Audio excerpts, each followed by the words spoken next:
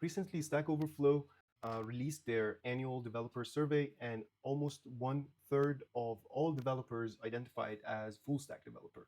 So maybe it's time that we kind of expand our skills and try to become a full stack developer. But the problem rises when you wanted to become a full stack developer and you get overwhelmed by all the technologies and all sorts of things that you need to learn. But maybe we need to start very small and very simple. So I have cherry picked 3 technologies that you can learn and you can start your full stack developer journey. And those 3 technologies are Flask, HTMX, and TailwindCSS. So with Flask, we can write our backend. With HTMX, we can write our front end. And with TailwindCSS, we can just give that a modern look to our web application. So if you'd like to know how these 3 are coming together and how these 3 working together, you are in the right place. Follow along, stick around. Hello and welcome to Code Voyage with Iman. Today we are going to jump through the code. I have already crafted a really small web app, a to-do app with some functionalities like check and uncheck and deleting a tasks. So we're going to dive in and see how this is working, and then diving through all the steps that we need to take to complete all the things. Um, so first and foremost, let's check out how it is going to work. So I have my code ready here, which we will dive in soon. And then I have the server running here that if I refresh here, we'll see that server is getting HTTP request. And yeah, and here is the demo. So for example, if I write something like task 1, whatever, and I enter or click on add tasks, the task will be added, and we'll see that a post request has been sent to the server, and we received a 200 response code, which is a server code for saying okay, everything was fine. And then we can check and uncheck, and for each one we're sending a patch request to change modify a 1 bit of and a little bit of technically one of our tasks. We're not adding or removing, we are modifying, but with patch. And we can also delete, and we get a confirmation. And when we said okay, when we hit OK, it's going to fade away. And I'm going to tell you how you make it fade away. It's a little bit of CSS. Now you can get a sneak peek, but I'm going to tell you all about it. So this is how it's going to work. It's fairly simple. The HTML is just this much, is barely a 40 line, and the backend is barely, like, it's about 50 line. I'm going to tell you all about it right now. So we have created our directory that we want to work in, and if we come to the installation of Flask, the page, and we come down, we'll see that it's very straightforward. A directory is created, then move to the directory, and then we are creating the VEnv or virtual environment by just writing Python 3-m, which is the module, and using the VEnv module, and we're creating a .venv file. So I'm just going to copy paste that and create a .venv file. And if I take a look at it, we have it, it's created. And there is, so we have the environment now, but we need to enable it to be able to use it. And why do we do that? So technically, we don't want to, when we want to install dependencies in Python, we don't want to install those dependencies on a whole system. What we want is to create a virtual environment and install all our dependencies inside of that, and not for those dependencies to exist on different part of our system and the whole computer, because different project could have different dependencies with the different version of those dependencies, and we don't want them to overlap. And that's why we are trying to isolate our dependencies. So if you take a look at the deeper directory, the deeper files inside of our venv, there's a bin directory and there's an activate script. And by just typing dot space and the activation script and press enter, we can enable the environment. So when you see such a thing, it means that you are in your virtual environment now. And now easily, so here is how you activate your environment, and easily now we can install our Flask project. I'm going to use pip3. I think I only have Python 3 installed, so it should work the same. But just to be sure, I'm going to use pip3 anyway and install Flask. And we're going to wait. The Flask is installed, and it's pretty straightforward. So from now on, you need to have your server file, your server Python file ready to be able to run the Flask app. And just so you know, if you wanted to deactivate your virtual environment, you could just type deactivate, and it's coming out of that. And since I have already in a previous folder, I have my dependencies installed, and I have my environment set up and everything. I'm going to go back there and run my server from there. So again, I'm going to activate my environment, then activate, and then dot behind it. I'm inside my virtual environment, and then there is this Flask. I have my command right here. Here we go. So this is how we run our Flask server. So we say Flask --app, then the file name, the Python file name that your Django is running from, and then run, and --bug is if you wanted to keep it in detail and debug it. Yeah, and let's move over to the backend and see, before we run the server, let's move over and see what's going on here. So we have imported Flask, and there are two functions that we are using here. One is render template, and one is request. So it's Flask is very small and minified server. I have chose Flask for this project because it's simple, and I most importantly want to demonstrate how HTMX works. So I need a couple of API handles, a couple of routes to be able to add my task, modify it, like check or uncheck, and be able to delete my tasks. So these are the handles that I need. And in this part, so for each of them, we should define a Python function. And above that Python function, we write the @app.route, and we give the route that we are listening to. So if the user go to our root folder, which could be our domain, the root file of the address, right? Um, we are going to render our landing function. Our landing function is using a render template, and in the render template, we have index.html, and if there are any tasks, by the way, task is defined as an array on top, and we are going to pass our array to the tasks to be rendered. This is one of the parameters that we are sending to our template to be run.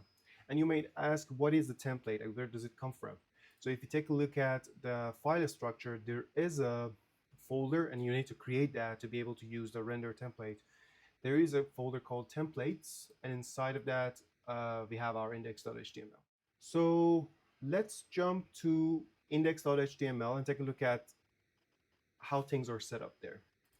So in our index.html, there are two main scripts or library that we are inputting. We are writing now. When one is HTMX library, and we can get that from htmx.org. And if you go there, and we come down and we'll see the script that we can import. So what HTMX does is send AJAX request. An HTTP request consists of put, post, get, patch, delete, these HTTP requests. And the good thing about these requests is those requests can be sent from specific HTML tag or HTML component. And they don't um, force you to render your page from the beginning. So your page will stay the same, nothing will refresh, and only part of your HTML will be updated, deleted, or created, or so on. And that's how this HTMX works. AJAX is a really, really old thing, which was kind of deprecated for some times. Maybe deprecated is a strong word, but it wasn't being used in the industry much. But it kind of got a second life to it now with HTMX, and we'll see how amazing how that works, especially with huge data and like huge data tables.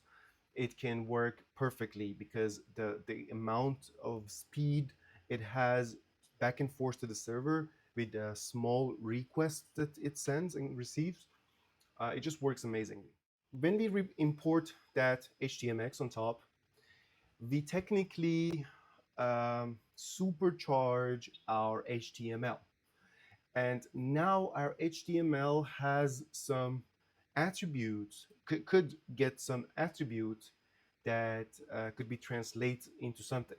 So for example, we have HX post, which is technically the address that this HTML element, the form element, can post HTTP post into. So we are technically saying this HX, by the way, is like short form of HTMX. And then there's a HX target that we say. So whatever answer you got from that, the target is that CSS selector, that selector that we are targeting. So it's a ID of to-do list.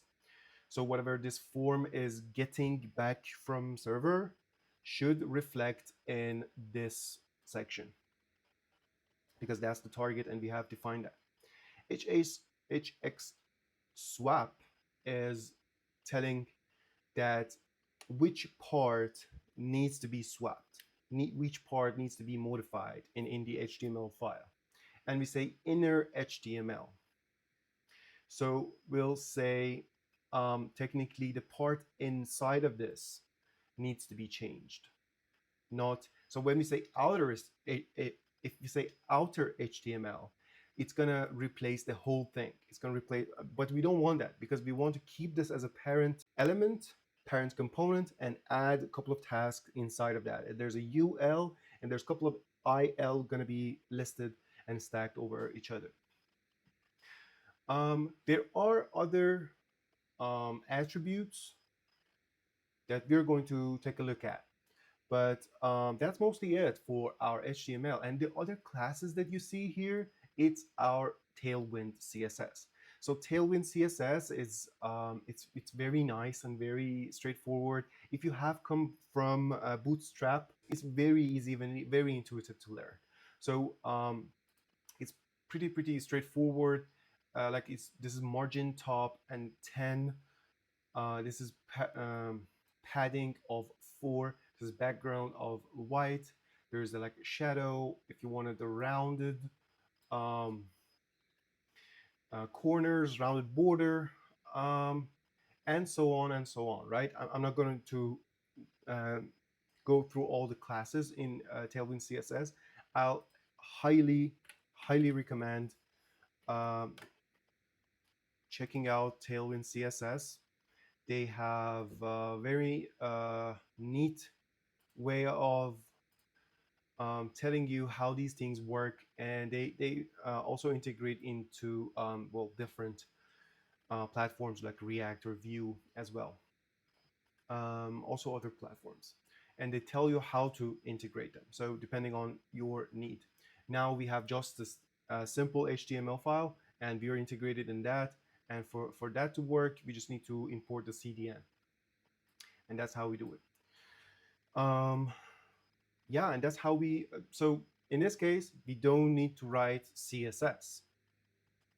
Technically, we don't need to write a separate CSS form, separate CSS file and import them.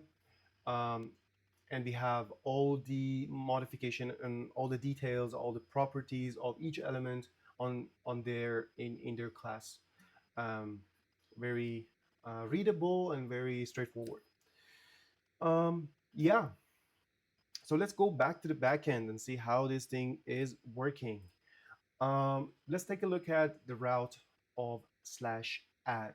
So when did we use this? We used it in our form. So on the form here, we use this /add. We said that when we so when this input type, so when we submit our button, technically, this form is going to be sent via HTTP post request to /add. And what does this do? So /add uses the method of post, and we are just singling out one method. And that's a common practice to do because we don't want, for example, add to receive a get request. We are specifying what kind of request it's getting, and we can define different things as well. We can define like get request as well. In that, we are getting the task value out of the form. Where is that? So the task value, here we go, is the input that we are the user is getting. So this part is the input with the name task, and when all of this is bundled and sent as a HTTP post request, this is going to be named the value, the key of this section going to be as task. And when we try to get that key, the value will be the value that we have inputted. So yeah, so we get that, and that's the text, task text. We are generating a new ID for it, and by default, the task is not complete, so the task completed is false. And if there was actually a text, if actually user inputted something and it's not an empty string, we are going to our task. So here we don't have a database, by the way. So one step further that you can take it is attaching a database, like a simple database, like a Postgres, or there was one other thing. I'll find it. Yeah, here we take our task array as our database. It's well, simpler just for the sake of this example, but in a full, like, that's why I call it mini stack, mini full stack, because generally in the full stack, you definitely have a database, and your backend is always in communication with your database, writing, modifying, deleting, and stuff. So here we are appending a new task, which consists of ID, text, and if it's complete or not, to our task array. Here we're defining a component, and that component is a new task. This new task is a multi-line text here, and this is mostly the HTML and HTMX technically. And we are going to input a couple of things inside of that. So it's a li. Ignore the classes. It really doesn't matter. We're going to give that li a unique ID, and that unique ID is going to be task ID, which task ID is just whatever length of the task is plus 1. So we start from task ID number 1, and then we move forward. And then they're going to be an input, which this input is our checkbox, say if it's complete or not. In our checkbox, we are going to define an HTMX attribute called HX patch, which is going to help us send a patch HTTP request. And this is gonna the address of that patch request is going to be update task slash task ID. And then either if the task was complete or not, we are going to decide if we put checked at the end or not, because if we put checked, then it's checked and completed. And then there is the text of the task is going to be in a span, and we will put a button at the end, which that button is going to help us to delete that task. And for deleting that task, we need another API call and an API handle. And that handle going to be /delete/task ID. And we are going to send a delete HTTP request. The target of this going to be task-task ID, and we have set that here. So technically, what is going to be deleted is the whole LI, the whole thing. Then we have there's another attribute called HX confirm, which asks if you are you sure if you want to delete it. This is optional, depends if you want to put it or not, if it's necessary or not.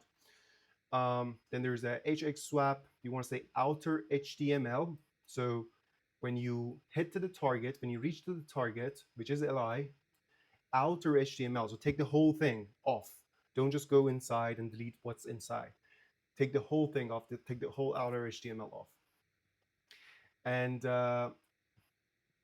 swap in 1 second. So this will just delay 1 second before deleting it. And it's also optional. If you like to put it, you can do it. There are just good functionalities to HTMX. And if you read the document, you'll see if you want to use it or not.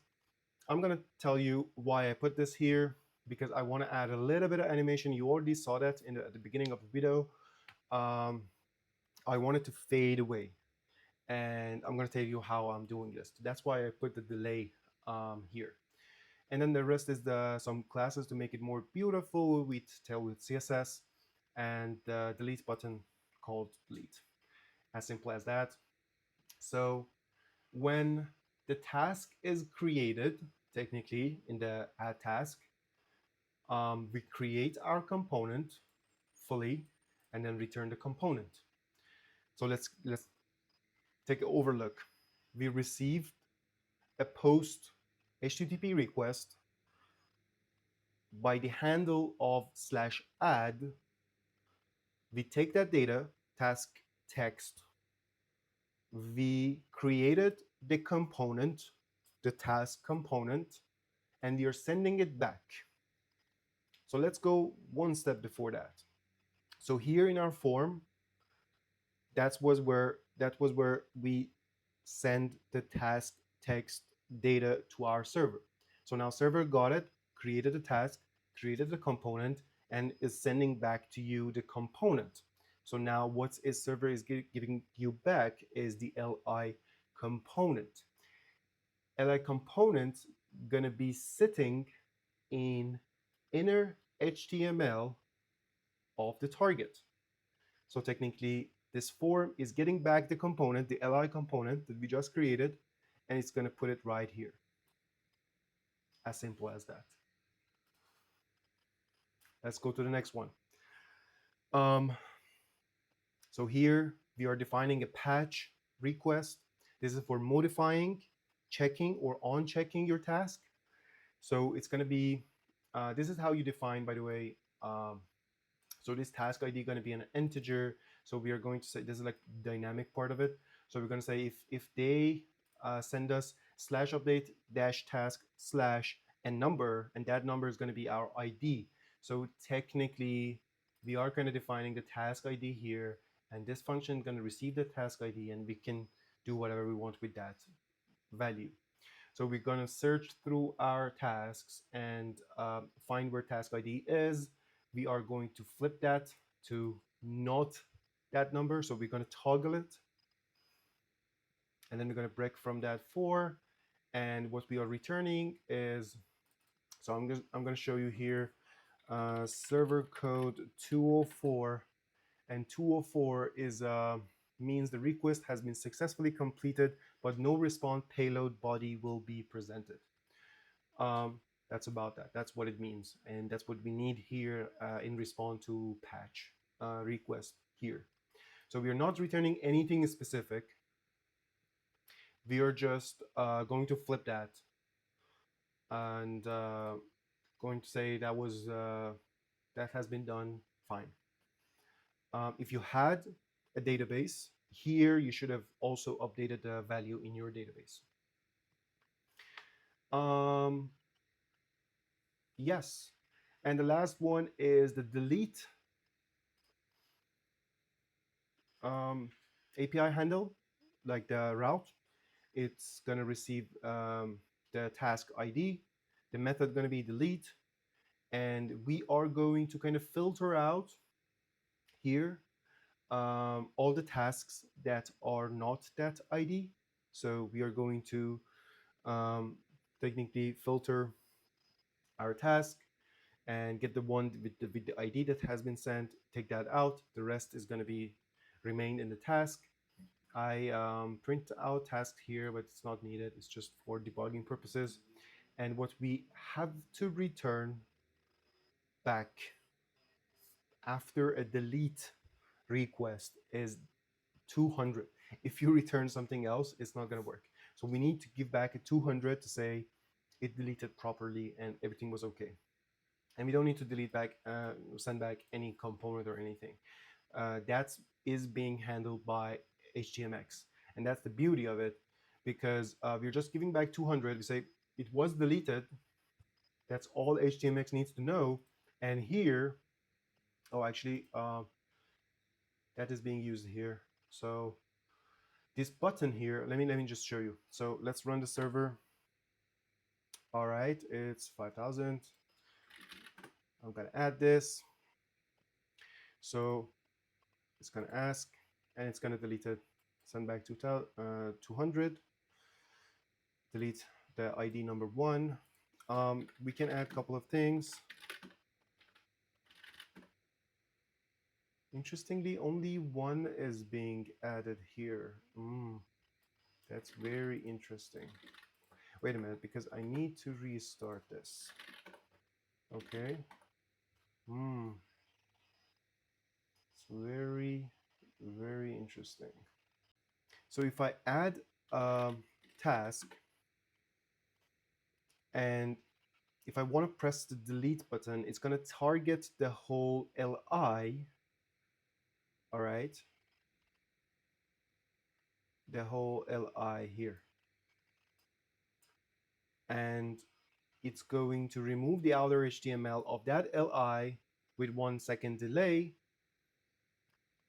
We are defining all this behavior in HTMX. All HTMX is needed is to getting a response back from server that if it was okay, if it should proceed or not. And we have added something really nice. So when HTMX receives the okay in the target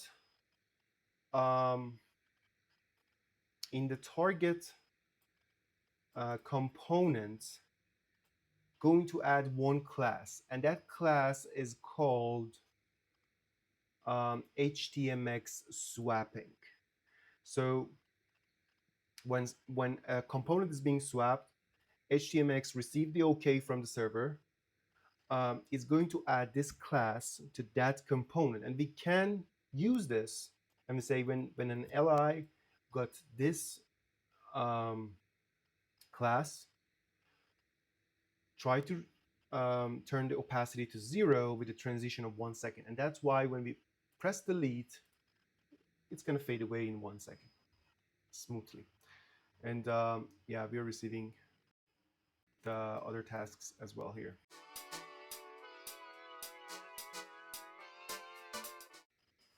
So before I change that, there was this error whenever. So as you can see, I have multiple tasks here, but it's not showing all of them. And I just deleted one. And if I add one more, it's going to show that. And if I add like one more, it's kind of replacing it. So what's happening?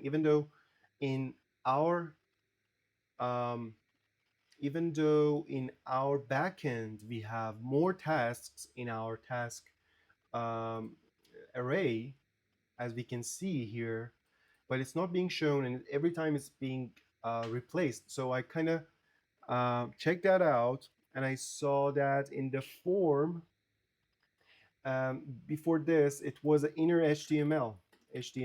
So technically, each time when I was adding a new task, it was deleting everything inside the UL, the to-do list ID. It was deleting everything and replacing this inside it because it was inner HTML. So it was replacing whatever it was getting inside that inner HTML. It was not appending. What we have needed was, let me Control Z, before beginning. Probably, actually, maybe not. So let's check it out. So there are a different way of swapping this thing. So there is inner HTML, outer HTML, after beginning, before beginning. Actually, we need after beginning, I guess, because before beginning might be on top of our UL. Yeah, I'm gonna change this to after beginning, so that beginning is our target and after that is just on top, because I want my task to be added on top and pre-penned technically every time. So I'm going to call it after beginning, and I'm going to Control C and run the server again. And here I'm going to Control Shift R to remove the local storages. And I'm just going to add one, add another. All right, now it's working. Oh, wait a minute. So let's see, like 1, 2, 3. This should come on top. It is coming on top. Yeah. So that was that's pretty cool. And you can also define different things, and you can decide if you want to add it to the end of the list, before the list, on top of it, before the target, or however you like it to be. Yeah, that was basically it. Um, I hope you can extend this, add a database to it. If you have done that, or if you wanted to do it, I highly encourage you, by the way, and I want you to create a Git repository. Don't hesitate in creating Git repository. It's free, and nobody's like, don't be shy. That's all I'm trying to say. And if you created that, put it in the comment section. I think the links are closed, so maybe just put your username / the Git repository. I definitely gonna check it out. I'm also curious to know. And yeah, just a sneak peek. There is another stack out recently, and it's called fastHTML. fastHTML, modern web application in pure Python. So in the next video, most probably I'm gonna go over this. This is a pretty hot and fresh, a new technology coming out, and I would definitely like to try that. This is again all Python, pure Python. You don't need to put any JavaScript in, although I'm pretty much fan of JavaScript and I enjoyed the hell out of it. Different stacks, different things. Anyway, I'm gonna stop blabbering. This is the fast HTML. It kind of integrated the HTMX inside of the Python. It's kind of like what we did. There's a newer technology, and it's probably gonna be better. So we're going to check that out next time, and make sure you tune in. If you like this video so far, please like, comment your opinion, And don't forget to subscribe. Each subscribe is just extra energy for me to push forward, create more content, and hope to see you again in the next one. Keep coding, keep rocking.